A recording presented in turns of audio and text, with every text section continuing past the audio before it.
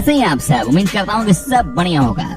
दोस्तों आज हम आपको जिस देश के बारे में रोचक जानकारी देने जा रहे हैं वो कंट्री सबसे अलग है। जी हाँ, यहाँ के लोग सबसे अलग होते हैं। यहाँ के मेल को लव गुरु के नाम से भी जाना जाता है क्योंकि ये नाच नाच कर लड़कियों को इम्प्रेस कर देते हैं। जैसे हमारे देश में बॉलीवुड है वैसे ही इस देश में नॉलीवुड है, जहाँ हर हफ्ता कम से कम 50 फिल्मों को रिलीज किया जाता है। दोस्तों आज हम आपको जिस देश के बारे में इन्फॉर्मेशन देने जा रहे हैं उस देश में सबसे ज्यादा बर्ड्स एंड एनिमल्स पाए जाते हैं। ये एक ऐसा देश है जहाँ पर 500 से अधिक भाषाएं बोली जाती है। इस देश के लोगों को अभी भी अपने से ज्यादा भरोसा काले जादू पर होता है। दोस्तों अब आप तो समझ ही गए होंगे कि हम आज आपको नाइजीरिया देश के बारे में रोचक जानकारी देने जा रहे हैं। दोस्तों बस आप इस वीडियो को अंत तक जरूर देखिए और हाँ, जो फर्स्ट टाइम इस चैनल पर आया ना तो जनाब जरा चैनल को सब्सक्राइब किए बगैर जाना मत। Okay friends, let's start the video. Well friends, सबसे पहले हम आपको ये जानकारी दे दें कि इस देश का ऑफिशियल नाम है फेडरल रिपब्लिक ऑफ नाइजीरिया।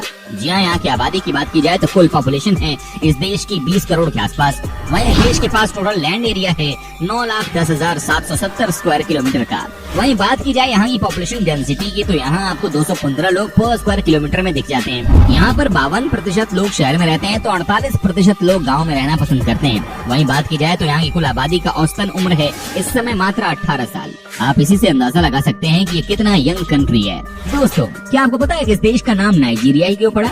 आखिर क्या वजह है कि इस देश का नाम हजारों साल पहले ही नाइजीरिया रख दिया गया था? वेल मामला बहुत साफ है। जी हाँ, कहते हैं कि इस देश में नाइजर नदी बहती है जो कि पश्चिमी अफ्रीका की सबसे लंबी नदी है।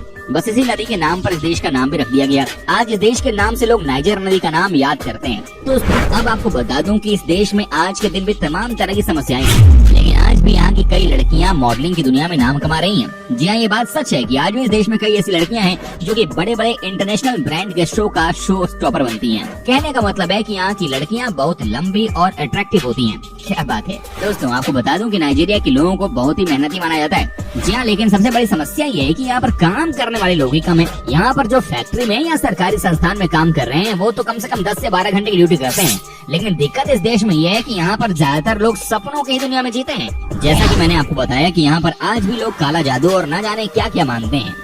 दोस्तों इस देश में एक और बहुत बड़ी समस्या है। जी हाँ, वो है यहाँ पर रात के समय आम आदमी सेफ नहीं है। क्या आप यकीन कर सकते हैं कि रात में यहाँ की कैपिटल सिटी अबुजा में भी कोई 9 बजे के बाद बाहर नहीं निकलता है। जी हाँ, तभी कहा जाता है कि यहाँ पर क्राइम रेट बहुत है और लूटपाट की घटना तो आम हो गई है। फ्रेंड्स आपको इस देश की यात्रा करने से पहले मैं बता दूं कि यहाँ पर किसी से भी आप गलती से भी बाएं हाथ से हाथ नहीं मिलाना। जी हाँ, यहाँ के लोगों की माने तो ये इस बात को बहुत गलत मानते हैं। साथ ही यहाँ पर अगर कोई बाएं हाथ से खाता भी है तो उसे गलत तरीके से देखा जाता है। वैसे आपको बता दूं कि हमारे देश की भी वही बात है। लगता है कि हिंदुस्तान और नाइजीरिया में बहुत सारी चीजें मिलती जुलती हैं, तभी लगता है कि इस देश में भी कई सारे हिंदुस्तानी हैं।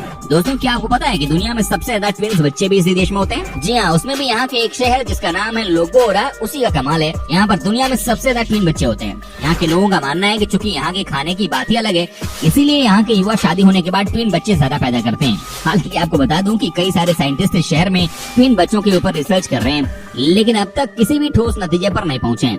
कई सालों से इसको लेकर रिसर्च की जा रही है, लेकिन अब तक कोई जानकारी नहीं मिली है। दोस्तों आपको ये भी बता दूं कि क्रूड ऑयल के अलावा इस देश के लोग एग्रीकल्चर में भी बहुत आगे हैं। जी हाँ, यहाँ के बहुत सारे लोग फुल टाइम खेती करते हैं और उसके बाद अपने अनाज को बेचकर अपना घर चलाते हैं।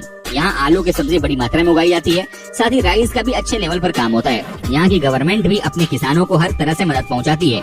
उन्हें भी पता है कि जो लोग रूरल एरिया में हैं वो कुछ नहीं तो खेती बाड़ी में तो ध्यान लगा ही सकते हैं, क्योंकि यहाँ की एक और बहुत बड़ी समस्या है और वो ये है कि यहाँ के गाँव के लोग जल्दी यहाँ के शहरों में बसना नहीं चाहते हैं। दोस्तों क्रूड ऑयल का इस देश में बड़े लेवल पर काम किया जाता है। जी हाँ, क्रूड ऑयल का बिजनेस इस देश का सबसे बड़ा काम है। यहाँ का सोर्स ऑफ रेवेन्यू भी इस प्रोडक्ट को बाकी देशों को एक्सपोर्ट करके बनता है। माना जाता है कि देश की कुल आय की 30% अकेले भागीदारी क्रूड ऑयल के एक्सपोर्ट बिजनेस से ही आता है। वेल फ्रेंड्स, क्या आपने कभी एलिको डेंगोटे का नाम सुना है? अगर नहीं सुना है तो आज इनके बारे में जान लीजिए। जी हाँ, आपको बता दूं कि ये हैं अफ्रीका के सबसे पावरफुल इंसान। कहा जाता है कि इनकी नेट वर्थ इस समय $12 मिलियन के आसपास है। ये नाइजीरिया के ही रहने वाले हैं। इनके बारे में कहा जाता है कि इस देश के ये यूथ आइकन है। अपने दम पर कोई कैसे सफल हो सकता है, कोई इनसे सीखे। ये इस देश के यंग जनरेशन के लिए बहुत ही कुछ कर रहे हैं। कहा जाता है कि ये इस समय अपने देश के सबसे बड़े यूथ आइकन है, जिसने हर विपरीत स्थिति को अपने फेवर में टर्न कर लिया।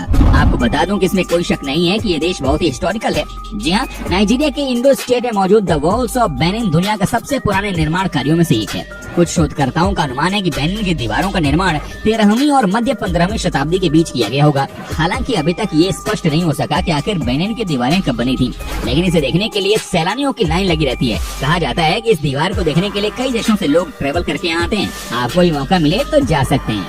दोस्तों एक सबसे बड़ी समस्या इस देश में जो है वो है यहाँ का कट्टरपंथी विचारधारा। जी हाँ, किसी एक धर्म को लेकर लगातार बातें करते रहना। जी हाँ, कहने का मतलब ये कि अगर कोई उस धर्म की बातें नहीं मानता है तो उसके खिलाफ बहुत ही दर्दनाक स्टेप लिया जाता है। यहाँ पर भी अंदरूनी मामले बहुत हैं जो कि इस देश को आगे बढ़ने से रोक रहे हैं। धर्म के नाम पर कई ऐसी संस्थाएं हैं जो कि अपना दुकान चला रही हैं और यहाँ के लोग भी बहुत कम पढ़े लिखे हैं, उनकी बातों में आ जाते हैं। वेल फ्रेंड्स, अब आपको बता दूं कि नाइजीरिया में आपको बड़ी संख्या में हिंदुस्तानी लोग मिल जाते हैं। जी हाँ, कहा जाता है कि इस देश में सबसे ज्यादा इंजीनियर्स भारत से ही जाते हैं। अभी ये देश डेवलपिंग स्टेट में है। आप मानिए कि नाइजीरिया इस समय भारत से 20 से 25 साल पीछे है और इस देश को आगे बढ़ाने में भारत के कई सारे टैलेंटेड लोग लगे हुए हैं। तभी तो कहा जाता है कि नाइजीरिया के बड़े बड़े शहरों में आपको हिंदुस्तानी लोग देखने को आसानी से मिल जाते हैं और वहाँ पर हिंदुस्तानी लोगों को बहुत माना जाता है। दोस्तों आज भी इस देश में कई ऐसे ट्राइब रहते हैं जिनका की बाहरी दुनिया से कोई संपर्क नहीं है।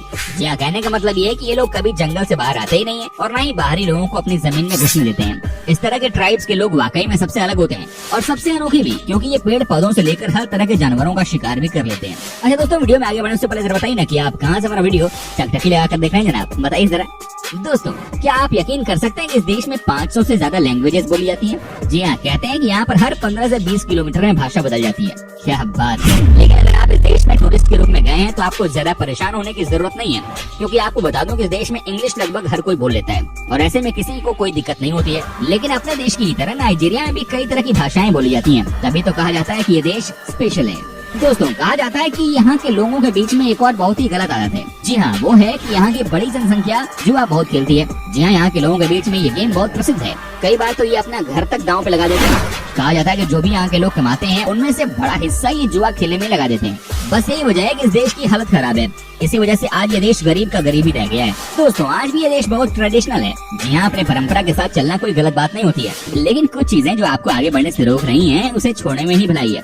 लेकिन आज भी यहाँ के लोगों के मन में काला जादू और तंत्र मंत्र ज्यादा बसता है। आज भी यहाँ की रूरल पॉपुलेशन की बात करें तो उन्हें लगता है कि कोई आएगा और उनकी झोली भर करके चला जाएगा। कहने का मतलब है कि अचानक ही सब कुछ बदल जाएगा। बस यही बात है कि यहाँ के लोग काम नहीं करना चाहते, बस उन्हें काला जादू और तंत्र मंत्र पर ज्यादा भरोसा है। दोस्तों आपको ये भी बता दूं कि इस देश को यंगस्टर्स की कंट्री भी कहा जाता है। जी हाँ, कहने का मतलब ये है कि इस देश की कुल आबादी का इस समय औसतन उम्र है मात्र 18 साल। आप समझिए कि ये देश कितना यंग है। माना जाता है कि अगर इन युवाओं को सही रास्ते पर लाया जाए तो इस देश का काम बहुत अच्छे तरीके से हो सकता है। जी हाँ, साथ ही ये कंट्री बहुत आगे बढ़ सकती है। लेकिन आज भी यहाँ की यंग जनरेशन को कोई सही गाइड करने वाला नहीं है। उम्मीद तो हम यही करते हैं कि यहाँ की युवा शक्ति को कोई ना कोई सही तरीके से यूज करे। दोस्तों ये बात तो सच है कि अफ्रीका में सबसे ज्यादा फिल्मों का शौक अगर किसी देश में है तो वो है नाइजीरिया। जी हाँ, आपको बता दूं कि इस देश में हॉलीवुड एंड बॉलीवुड के बाद तीसरा सबसे ज्यादा पॉपुलर फिल्म मेकिंग में यानी कि नॉलीवुड है। क्या आप यकीन कर सकते हैं कि यहाँ पर भी हर हफ्ते कम से कम 50 फिल्मों को रिलीज किया जाता है। जी हाँ, साथ ही ये भी कहा जाता है कि इन फिल्म को देखने के बाद आपको एहसास हो जाता है कि टेक्नोलॉजी के मामले में ये कितने एडवांस है। बाय द वे आपको बता दूं कि नाइजीरिया में हॉलीवुड से कहीं ज्यादा पॉपुलर है अपने देश का बॉलीवुड। क्या बात है। फ्रेंड्स जब बात फिल्मों की हो रही है तो आपको बता दूं कि दुनिया के सबसे बेहतरीन डांसिंग देशों की जब बात होती है तो उनमें से एक है नाइजीरिया। जी हाँ, कहते हैं कि यहाँ पर हर कोई अच्छा डांसर है और हर दूसरा आपको नेचुरल डांसर दिखता है। यहाँ पर आपको हर वीकेंड में लोग पार्टी करते हुए दिख जाते हैं। यहाँ पर स्ट्रीट परफॉर्मेंस को बहुत अहमियत दी जाती है। कई ऐसे स्टार इस देश ने दिए हैं जिनके पास कुछ नहीं था, लेकिन अपनी डांसिंग स्किल के दम पर उन्होंने सफलता की हर मुकाम को हासिल कर लिया। वेल दोस्तों आपको यही बता दूं कि ये बहुत ही कमाल की जगह है और आपको एक बार इस देश को जरूर विजिट करना चाहिए। तो दोस्तों ये थे नाइजीरिया देश से जुड़े कुछ बेहद दिलचस्प फैक्ट्स। उम्मीद करता हूँ कि आपको हमारा ये एपिसोड पसंद आया होगा। साथ ही दोस्तों अगर आपको इस वीडियो पर कोई राय देनी है तो आप हमें कमेंट करके अपना फीडबैक दे सकते हैं। हमें आपकी कमेंट का रहता है इंतजार। दोस्तों अगर आप हमारे चैनल पर नए हैं तो प्लीज चैनल को सब्सक्राइब जरूर कर दीजिएगा, क्योंकि हम आपके लिए रोज इस तरह के वीडियो बनाते रहते हैं। ओके दोस्तों, मिलते हैं नेक्स्ट वीडियो में। तब तक आप अपना और अपनों का ख्याल रखिएगा। Love you guys.